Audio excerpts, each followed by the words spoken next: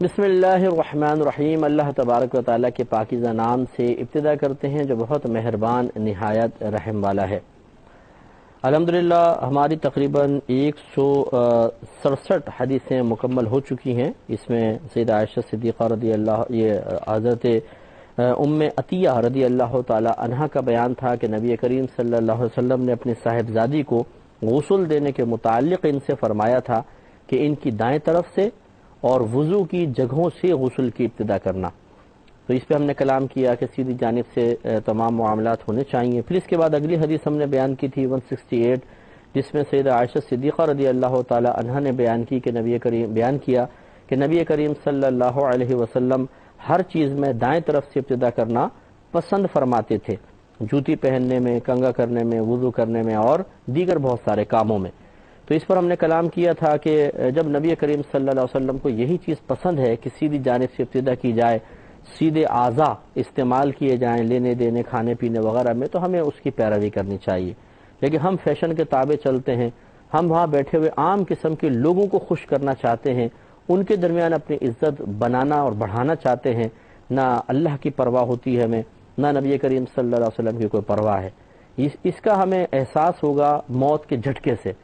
جب انسان مرے گا اس وقت سارے جن لوگوں کو آپ راضی کرنے کے لیے ابھی الٹی سیدھی حرکتیں کر رہے ہیں یہ اجنبی بن جائیں گے۔ ان بیچاروں کو تو جنازے کی دعائیں تک یاد نہیں ہوں گی، یا آپ کا جنازہ بھی شاید نہیں پڑھیں گے۔ عورتیں تو ویسے ہی نہیں پڑھتی ہیں، اور مرد جو ہوتے ہیں یہ بھی اس قسم کے جو لوگ ہیں عام قسم کے، ان کو تو جنازے کی دعائیں تک نہیں آتی ہیں، تو وہ ہمارے لیے دعائیں مغفرت بھی نہیں کر سکتے ہیں۔ اور پھر اس وقت اگر وہ کام آئے گا تو اللہ تبارک و تعالیٰ کا کرم ہوگا، اس کے حبیب کریم صلی اللہ علیہ وسلم کا فیض ہو سکتا ہے۔ قبر میں جائیں گے تو یہ جو وقتی طور پہ کچھ نظر بھی آ رہے ہوں گے یہ بھی غائب ہو جائیں گے، اور پھر ہم اکیلے قبر میں پڑے ہوں گے۔ اب بتائیے کون ساتھ دے گا؟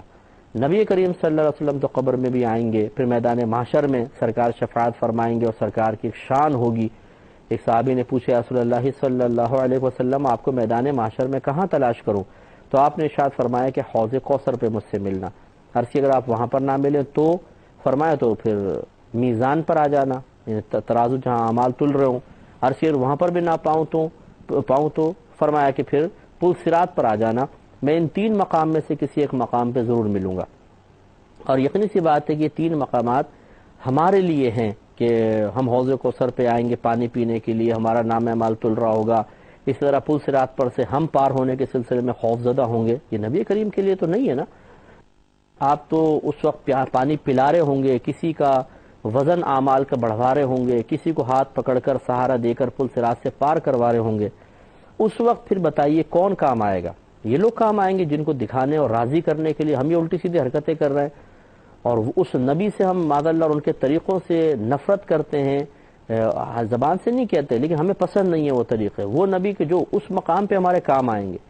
آپ خود سوچئے کہ جب اگر کوئی شخص آپ کو دیکھ رہا ہو، آپ جانتے وہ مجھے دیکھ رہا ہے، اور آپ اس کے کوئی کہے جی ان کا طریقہ یہ آپ کے مجھے پسند نہیں ہو تو یہ طریقہ اختیار کروں گا، وہ کہ انہوں نے یہ کہا بولے میں نہیں مانتا میں تو یہ کروں گا، اور پھر آپ کا کوئی کام پڑ جائے اس شخص کے پاس تو کتنی شرمندگی ہوگی، آپ کو شرم آئے گی نا کہ یار میں نے تو اس کے طریقوں کو رد کیا ہے، اس کا میں نے کہنا نہیں مانا، کس منہ سے میں جاؤں اس سے یہ کہنے کہ بھی میرے کام کر دیں۔ تو اسی طریقے سے سوچئے کہ ہم نبی کریم صلی اللہ علیہ وسلم کے طریقوں سے آج الرجک ہیں، ہمیں پسند نہیں آتے ہیں، حالانکہ وہ بڑے اچھے طریقے ہیں، کوئی ایسا اس میں کوئی بری چیز تو نہیں ہے۔ اگر آپ سیدھے ہاتھ سے کھانا کھا لیں گے تو کیا کوئی فرق پڑ جائے گا؟ الٹے سیدھے ہاتھ سے ہم پانی پی لیں گے، چائے وغیرہ پی لیں گے تو کیا فرق پڑ جاتا ہے؟ لیکن نہیں، وہی ہے کہ بس چھری سیدھے ہاتھ میں ہوگی اور کانٹا الٹے ہاتھ میں ہوگا، کاٹ کے یہ لیا اور الٹے ہاتھ سے کھایا، اسی میں ہمیں بڑا ایسا لگتا ہے، بڑے فخر محسوس کرتے ہیں، اور طبیعت میں ایک نشاط کسی کیفیت شاید ہوتی ہے۔ لیکن میدان محشر میں کیا ہوگا؟ اس لیے سوچنا چاہیے، ذرا غور و تفکر کرنا چاہیے۔ اس طرح دنیا کے دھارے میں بہنا کوئی کمال نہیں ہے، دنیا کے پیچھے پیچھے چلنا کوئی کمال نہیں ہے، دنیا کو اپنے پیچھے لے کر چلنا یہ ہے کمال۔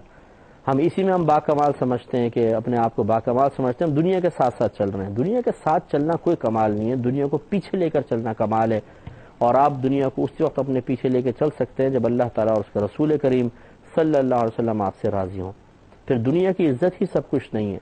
ایک عزت ہے موت کے وقت، ایک عزت ہے قبر میں، ایک عزت ہے میدان محشر میں اٹھتے وقت، اور ایک ہے میدان محشر میں عزت۔ ان تمام عزتوں کو بھی تو خیال کرنا ہے۔ اگر ہم دنیا کی عزت دنیا کے اسٹینڈرڈز دیکھیں گے اور دنیا کے لوگوں کی کیفیات، ان کی مرضی، ان کے پسند کا لحاظ کریں گے اور آخرت کی تمام چیزیں بھول جائیں گے، اللہ تعالیٰ اس کے رسول کی پسند، آخرت میں ترقی کا معیار، اللہ کی بارگاہ میں مقرب ہونے کا معیار بالکل فراموش کر دیں گے، تو بتائیے کتنی شرمندگی ہوگی۔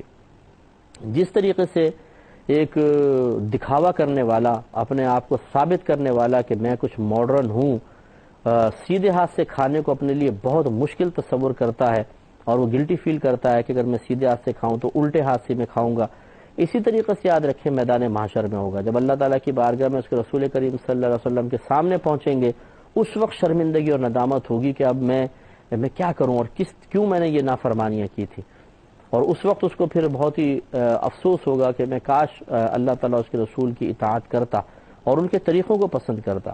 ایک ہوتا ہے کہ انسان کسی مصلحت کی بنا پر کسی وجہ سے ایک طریقے کو اختیار نہیں کرتا لیکن اس کو ناپسند بھی نہیں کرتا ہے، چلیں یہ ایک الگ چیز ہے، لیکن بعض اوقات تو صورتحال یہ ہے کہ نبی کریم صلی اللہ علیہ وسلم کے طریقے کو ناپسند کیا جاتا ہے، یعنی یہ ہماری شان کے خلاف، ہمیں پسند نہیں ہے، ایسا ہونا چاہیے، خلاف طریقے کو اچھا کہتے ہیں، اچھا اس کو پسند کرتے ہیں۔ اس پر ذرا توجہ کرنی چاہیے، ہمارے تمام بھائی بہن سوچیں، غور کریں اور اپنے اللہ کو راضی کریں اور اس کے رسول کریم صلی اللہ علیہ وسلم کے طریقے اپنا کر بھی اللہ کی بارگاہ میں تقرب تلاش کریں، درجہ قرب حاصل کرنے کی کوشش کریں۔ اگلا باب قائم کیا ہے باب التماس الوضوء اذا حانت الصلاۃ، جب نماز کا وقت آئے تو پانی کو طلب کرنے کا باب۔ حدیث نمبر 169 ہے، اس میں حضرت انس بن مالک رضی اللہ تعالی عنہ کہتے ہیں کہ میں نے نبی کریم صلی اللہ علیہ وسلم کو دیکھا کہ عصر کی نماز کا وقت آ گیا، کسی سفر میں تھے، نماز کے وقت آ گیا، پس لوگوں نے وضو کے لیے پانی کو طلب کیا تو ان کو پانی نہیں ملا، پھر نبی کریم صلی اللہ علیہ وسلم کے پاس برتن میں پانی لایا گیا تو آپ نے اس برتن میں اپنا دست مبارکہ رکھ دیا اور لوگوں کو حکم دیا کہ اس برتن کے پانی سے وضو کریں۔ حضرت انس فرماتے ہیں کہ میں نے دیکھا کہ آپ کی انگلیوں کے نیچے سے پانی ابل رہا تھا حتیٰ کہ تمام لوگوں نے وضو کر لیا۔ تو یہ کئی مرتبہ پانی بڑھانے کا واقعہ یہ متعدد مقامات پر ہوا ہے اور اس میں بھی ایک یہ معجزہ ذکر کیا گیا ہے کہ سفر کے دوران تھا، اور اس میں ایک روایت میں حضرت عمر فاروق رضی اللہ تعالیٰ عنہ بھی راوی ہیں، لوگوں نے وضو کرنا تھا، پانی بالکل ختم ہو گیا تھا، بعضوں پہ غسل بھی تھا، جانور پیاسے تھے، بڑے لوگ پریشان، تو عمر فاروق رضی اللہ تعالیٰ عنہ سے کہا کہ یہ صورتحال ہے، اب کیا کریں؟ عمر فاروق رضی اللہ تعالیٰ عنہ نبی کریم صلی اللہ علیہ وسلم کے پاس آئے اور عرض کیا رسول اللہ پانی ختم ہے اور لوگ بہت پریشان ہیں، کسی نے نمازیں پڑھنی ہے، کسی نے کوئی اور معاملہ کرنا، تو رحمت کونین صلی اللہ علیہ وسلم نے ارشاد فرمایا کہ اچھا میرے پاس ایک برتن میں پانی لے کر آؤ۔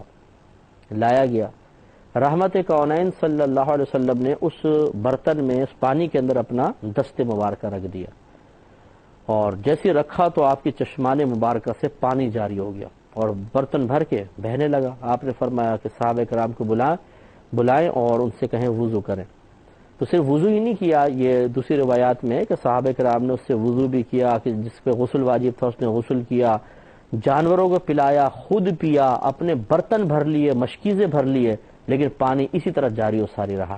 جب صحابہ نے عرض کیا رسول اللہ بس اب ہم نے کر لیا ہے، وضو وغیرہ ہو گیا، تو سرکار نے اپنا دست مبارکہ باہر نکالا تو صحابہ نے دیکھا اور روایت کیا کہ جتنا پانی آپ کے دست مبارکہ سے پہلے برتن میں موجود تھا اتنا ہی اب بھی موجود تھا۔